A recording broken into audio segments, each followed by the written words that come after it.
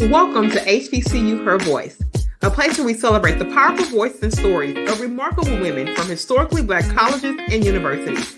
I'm your host, Shanaja Washington, a proud HBCU graduate myself. I'm thrilled to bring you this platform dedicated to amplifying the voice of our community.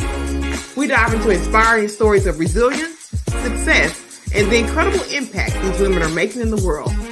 From trailblazing entrepreneurs to innovative leaders, we bring you the stories that matter, showcasing how HBCU experiences shape paths and fuel passions. We'll explore challenges, victories, and wisdom. Whether you're an HBCU alum, a student, faculty member, supporter, or simply someone who believes in the power of diverse voices, we are so glad to have you. So listen up as we share insights, celebrate achievements, and uplift our community. Together, we can inspire the next generation of leaders and ensure our voices are heard loud and clear. A grand welcome to HBCU Her Voice. And just like that, I am back, really like I never left. This is the HBCU Her Voice podcast, and I am back with another amazing guest.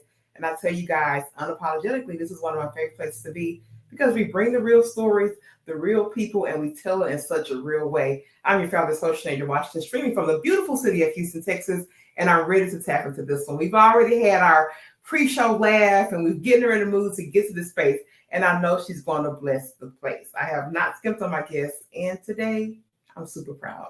Without any further waiting time, we jump into our normal drill. She comes in the stage, tells us her name, where she's streaming from, which HBCU she's repping, and guess what?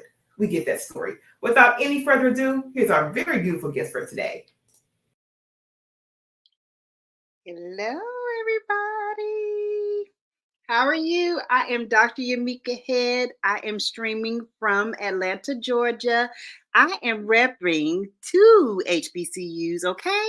So I am repping Xavier, University of Louisiana, XU in the house, and I'm also a proud graduate of Meharry Medical College of Nashville, Tennessee. So I have 2 HBCUs up under my belt, and I'm repping both of them. Now you have to come in here repping that hard. She say not 1, but 2. And so she's a dual hat wearer, so she done walk the streets of them HBCU. Oh, put that crown on, girl. She has walked the streets out there in the HBCU world, and I am so honored for it. So let's just kick off here. Was the HBCU always in your spirit, Dr. Yameika? Did you always know that you were going? Because I did. But did you always know that you were going? Talk to us about that first experience and really what led you to our powerhouse schools. So I have always known I was going to HBCUs because actually my mother is a graduate of an HBCU. She's the proud graduate of Fort Valley State University, and she is a teacher, so an elementary school teacher. So I've always known the power of the HBCU and how it's instrumental in putting African Americans out there and being successful, because you know they say that you go into HBCUs that you have a less of an advantage, and I think you actually have more. So it's a different type of advantage that I think everybody needs to have, and you should go absolutely to an HBCU. I'm telling you. You know, it's interesting. I actually have Fort Valley coming on tomorrow. I've never had a Fort Valley person, so I'm telling you, it'd be like a ripple effect. When I seen the form, I was like, oh man, Fort Valley's going to be my very first Fort Valley person on this podcast. And to really, I mean, you're the first Xavier. I mean, I have someone lined up, I believe, tomorrow, but you're going to be the first Xavier and the first Meharry. So guess what? We're making history today. Making history. We are making history today. Okay. I love that. And I'm really excited to actually hear a little bit more about Fort Valley on our upcoming episodes, because that's one of the HBCUs that I'm not as familiar with. So this has also too been an educational ride for me as it relates to our schools. So I'm happy to hear that. Now I want to transition a little bit into you going into Dr. Yameika and being that underdog in terms of 1 in 3 students, you know, people that look like you in these residencies, and really talk about that, because in this walk, I've spoken to several people from STEM several people from the medical profession. And what's important for me is that we have the faces and stories professions, and you tell us about your journey there, because those journeys are transformative pieces. I want you to talk us through your walk through residencies and start to kind of tell us some of the things that you were learning about yourself, not only as it pertains to medicine, but as it pertains to Dr. Yameika Head. Right. So, of course, like I said, I went to Xavier, University of Louisiana, and I went to Meharry. And so I had the opportunity to actually go to residency at the University of Texas Medical Branch in Galveston, Texas. So no, it is not an HBCU. So it was a totally different world, because I'm going from a place of a lot of people that look like me, a lot of people that supported me. And for me, I have to have somebody that pushes me, that makes sure that I'm on top of everything. So it was a little different going through residency, where there wasn't anybody, not a lot of people that looked like me. So in my class, there was 3 African American females that was in my class, and the rest of the class were of others. So very diverse group. But when you are one of a very limited minority, and especially being African American, you have got to be on it. And I talk with lots of residents now about the unfairness in where we have to be more than our counterparts. We have to show up. We have to be on top of it. We have to know everything. And that's a lot of pressure, because they expect us not to know everything. So we have to show up and be more than what anybody else has. So we really, really have to show up. And I feel that without my HBCU experience and them telling me that this is what would be my reality, going to a place where there's a lot of people that look like me, to go to a place where there's not so much, that there is that expectation, that either one, I'm not going to know what I'm doing, or they're going to have high expectations of me because they have had other African Americans who have stepped up to the plate. So that's the expectation that I had. And so I wasn't able to not know my patients. I wasn't able to, when I had to present, not know all my facts, because I had to be that super Black woman that knows everything. So it was a big, big experience that I think prepares me for the rest of my journey, especially in academia. So I am also a full professor at Mercer University School of Medicine, where I can count on my fingers how many of us are there. And my whole thing is, in my journey of going through that, I also believe that we stand on the shoulders of those that come before us. And it is, you have to have a seat at the table in order to bring your other compadres up. And so that's the thing.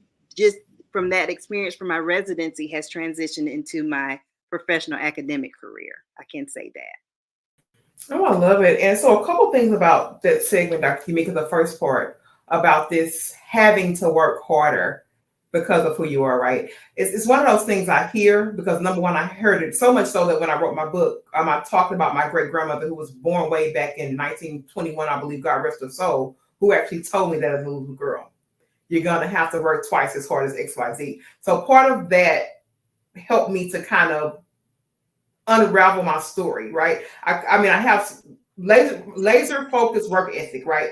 That was a badge of honor for me for so long, right? Because I could bam, bam, bam, bam. But I thought about it, and I was like, man, this boy over here doing a third, he partying, he coming in and making more money, and I'm sitting over here like, what? You know what I mean?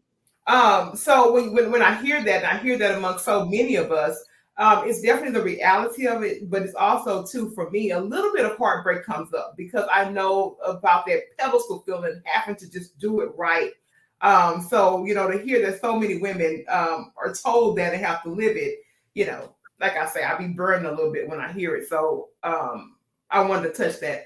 The other thing is that this actually hinged back on the first segment when you talked about this whole thing about some people view the HBCU experience as a disadvantage. But you said no, it's an advantage. It has been, girl, hence the platform. It has been the biggest. You hear me? One of the biggest advantages for me I went into financial services after college, predominantly, of course, white, pretty much. I mean, just generally saying that. And my code of confidence was starting to really, really, truly build from my HBCU experience. My sense of pride, my sense of navigating those spaces, them telling me this is how you go in and answer these type of questions. This is what you do. That hinged from my beginnings at my HBCU. So I'm so happy that you touched on that. The other thing I want to do is tie this into service. My service model also to expand it by going to a HBCU. I say that because, of course, I came from a household where service was a thing for us. But when I went to HBCU and I see how my professors served me, I know that I would get somewhere in life to where I could give it back. I would be able to pour from a place that was just pure. I know that service is a big thing for you, Dr. Yameika. I want you to talk about your connection to service and really what that has meant for you throughout your career. Yes. So in just being at a HBCU, so at Xavier, it was expected that we did community service. You could, to get even extra points for classwork, you had to do community service. And the way that Meharry is set up, and it was founded on service. So it was actually a Caucasian gentleman that founded Meharry. And he did that because of a slave family that helped him when he broke down his salt truck. He was a salt truck person. And so because of the way that slave family helped him is the reason why he made Meharry Medical College. And because of the tenets of how our college was started, it is passed on to everyone. So we have as classes different community service that we had to do. And so it's just ingrained in us to always give back to in whatever way we can, community service, if it's helping your fellow colleagues to be able to be pushed up to do different things. Like it is ingrained in us to do that. So service, I can't even imagine not doing service because it's just a part in what you get when you go to a HBCU. So I can't even imagine my life without doing something to help somebody. I just can't.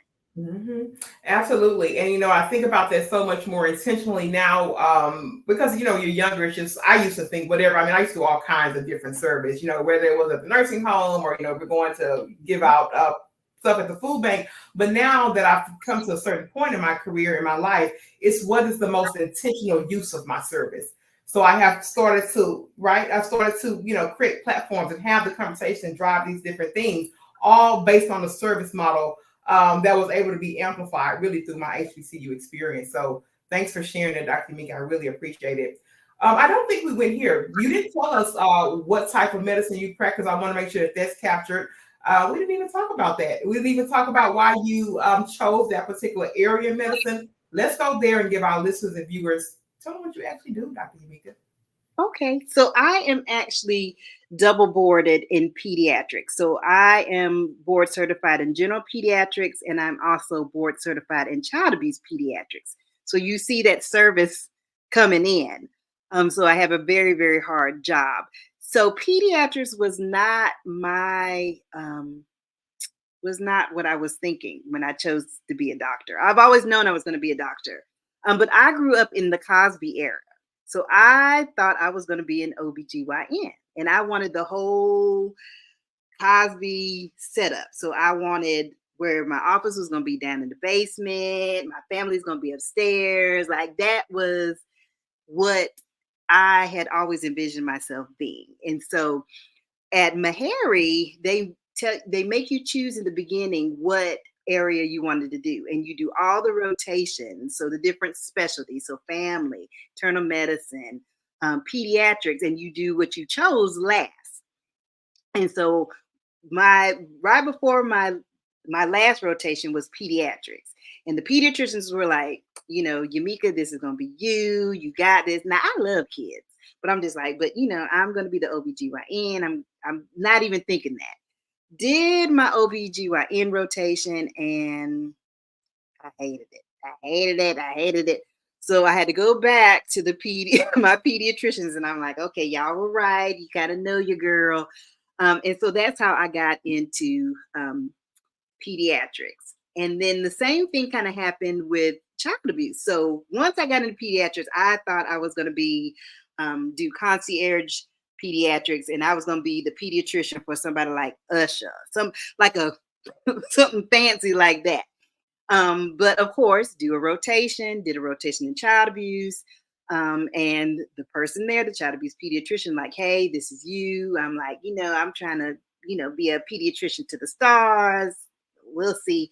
I did a separate rotation and fell in love with child abuse, fell in love with the legal aspect, being there with law enforcement, the court system, and just loving being able to protect kids. And so that's how I got into child abuse. So I always say that, and I'm spiritual, that the Lord laughs at all my plans of what I plan to do.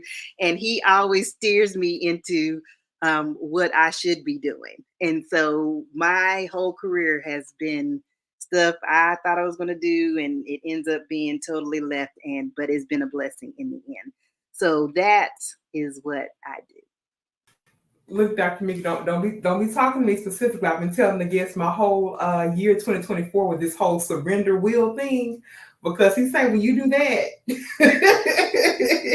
he said when he said when you for real do that, I'll show you, right? So this right here, me even having this conversation is an act of obedience. And I've been telling people these conversations, and people start to hear, oh, okay, I can see why now. When they're in the place, they're like, I can see why you're doing it now, because this really is an act of obedience, and I have been fighting it for so long. And when I say fighting it, Dr. Yameika, you'll be busy. Look, you'll be thinking that busy is doing the service work. I'm learning. I'm here all day with you.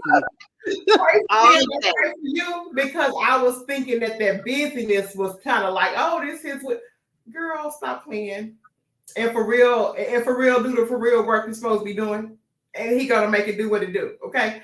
And yes, that's what this year has really been about for me. So thank you for sharing that, and I appreciate you sharing that, because sometimes even we have all kinds of people that watch this, and specifically people that may have children or they skim across it. It's good to know that you will go through that cycle to where you just have to figure it out.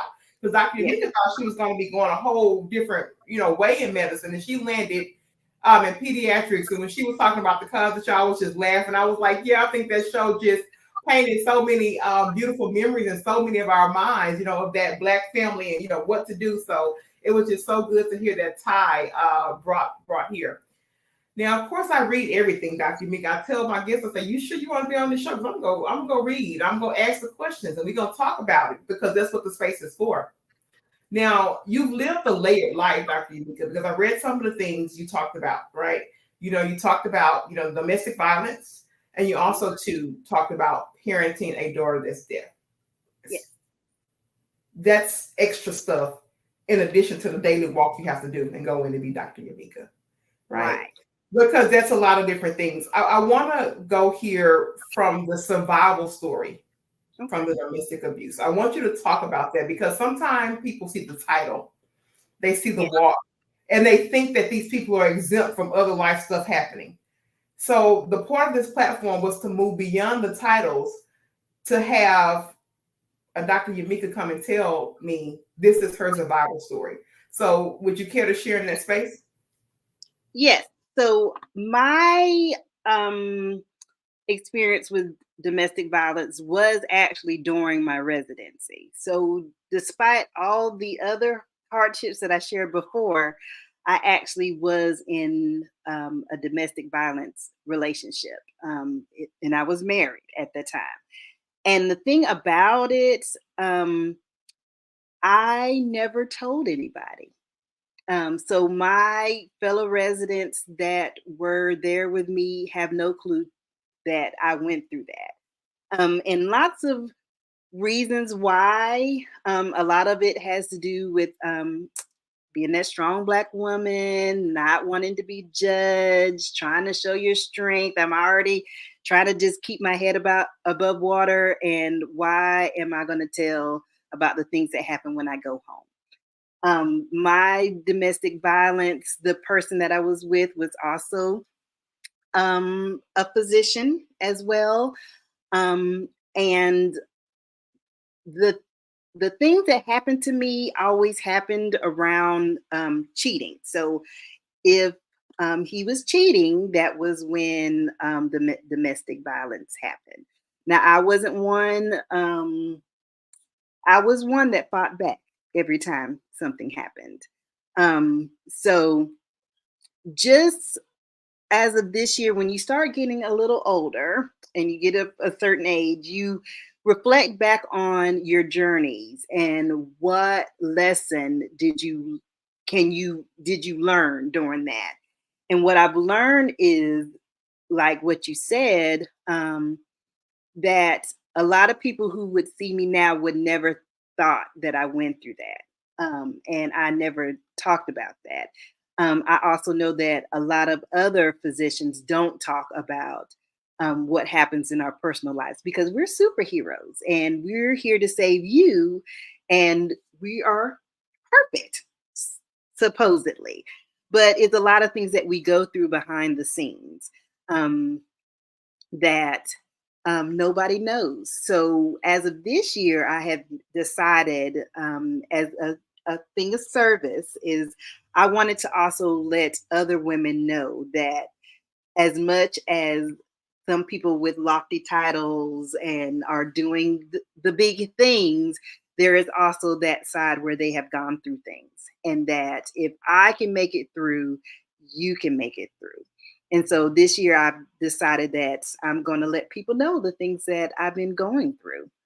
And that is how I've been getting my domestic violence journey out to different people. And y'all see HBCU her voice captured it with host Shanasia Washington, in the place. We got that information, and I don't take it lightly. I tell people that I treat this land as sacred because you don't have to come here and tell me, my listeners, anything about this, but the fact that you allow that to be in this space, I honor you that, and I honor you for that, excuse me. And then I always tell my guests, this is a place where I can give roses and give them more abundantly in a way that it means something for me. So I honor you, Dr. Yameika Head, for sharing that. So to moving and navigating beyond that into your career to see this powerhouse that that's sitting in front of us. Y'all, I know she real light. She got this smile and everything, but Dr. Yameika, you read the track record. She has overcome and she's had a ton of different accomplishments, and I consider it an honor to have you here. Let's talk about this experience real quick. You told us an experience about how someone sent a text message at a conference, making sure that they found you in the room. They told a friend they had to find Dr. Yameika in the room. Why are you asking about this story, Shanasia? Because people don't realize that people are watching your slides. There are people that reach out that came in my inbox, Dr. Yameika. I don't even know the people are following me. They send me a random message talking about, girl, we proud of you and this. And I'm like, who are you? I got to click on their profile. We friends. Who are you? I'm just saying, there are people that are watching your journey. From that experience, just expand on it a little bit and then just give me one of those kind of aha moments or really the reaction from hearing something like that. So, so Miss Sharonda Jackson is telling a story that I had wrote in a form I had to fill out for her about when I knew kind of, I'm doing some things, like I'm touching some people, I'm making an impact somewhere. So I went to a women in pediatrics conference, and I was speaking there, and I actually was sharing the first. Well, Well, it was the first time I was sharing my domestic violence story in a public forum.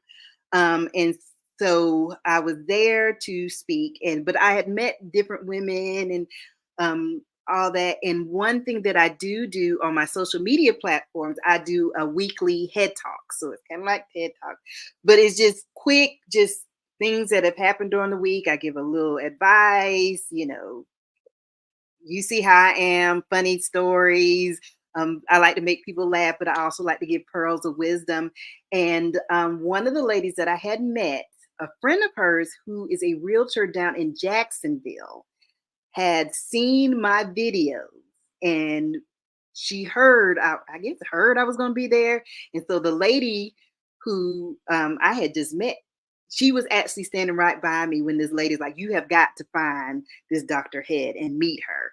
And so we took a picture and sent it to the lady. But that was one of the times where I'm like, oh my God, like people are actually watching, people are liking what I'm saying. Because sometimes you just do things and you think you're doing it just for your family and friends, but to know that it's reaching outside of that group was when I was like, okay, well, the things I'm saying are impactful and are helping people. So that was one of my aha where I'm like, okay, girl, you are trying to do a little something.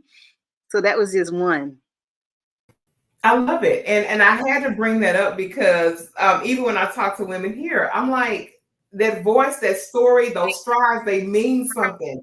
Like our Father, He knows that other people are going to face it. That's who He is. That's how He created this space. That's how we're interacted through our stories, through our experiences.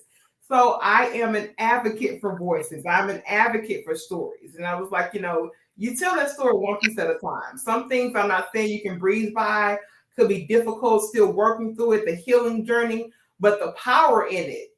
Yeah. I'm telling you.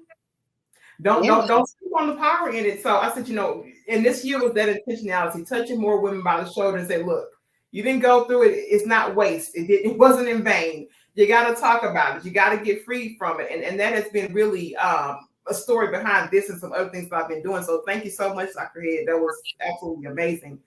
So look, you've done a lot. Like, I think you've done academia, you get into this peak in your career.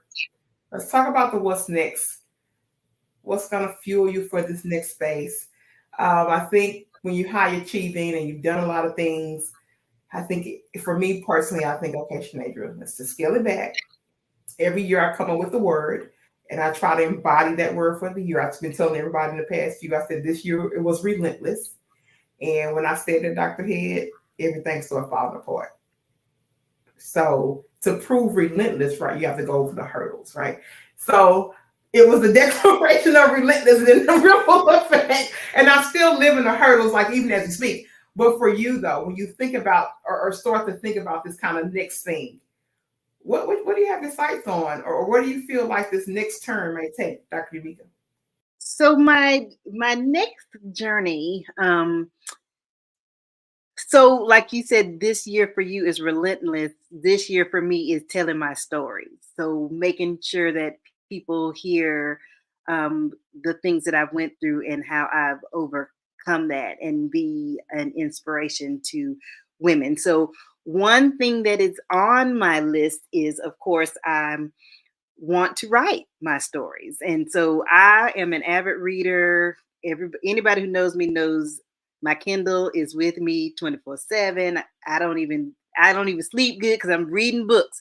So my next thing is writing. So telling my story and just writing and making spaces where I can help other women, men in any capacity that I can. So that is just one aspect. I am still praying to the Lord for direction on what He wants me to do because I am a servant of Him and I am doing His work here.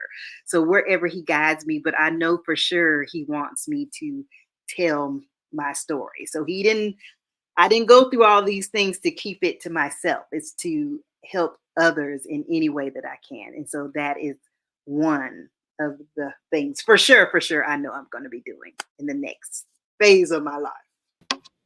Now listen, so Dr. Mika, it's time. It's time to get it done. You can get that book done over a weekend if you wanted to. You get that book done in a week if you wanted to. And I'm just saying this. Of course, I'll be telling my guests, girl, go ahead and write the book and then put that pressure on so they can get it on out of them. Because when you have that structure, that strategy, you can just, and it's your story. You ain't that you lying about. You lived it.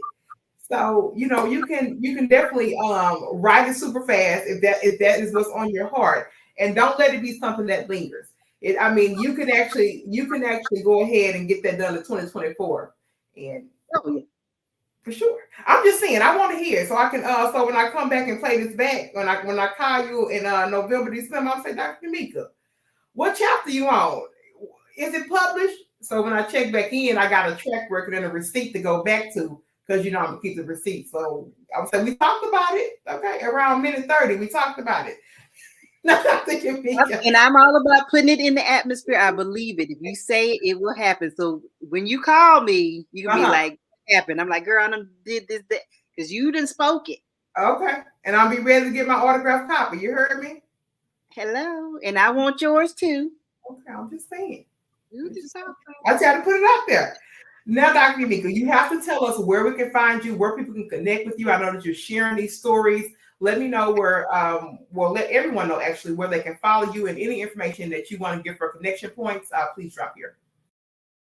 Okay, so follow me. I am on TikTok at Dr. Yameika. You can follow me on Facebook and Instagram.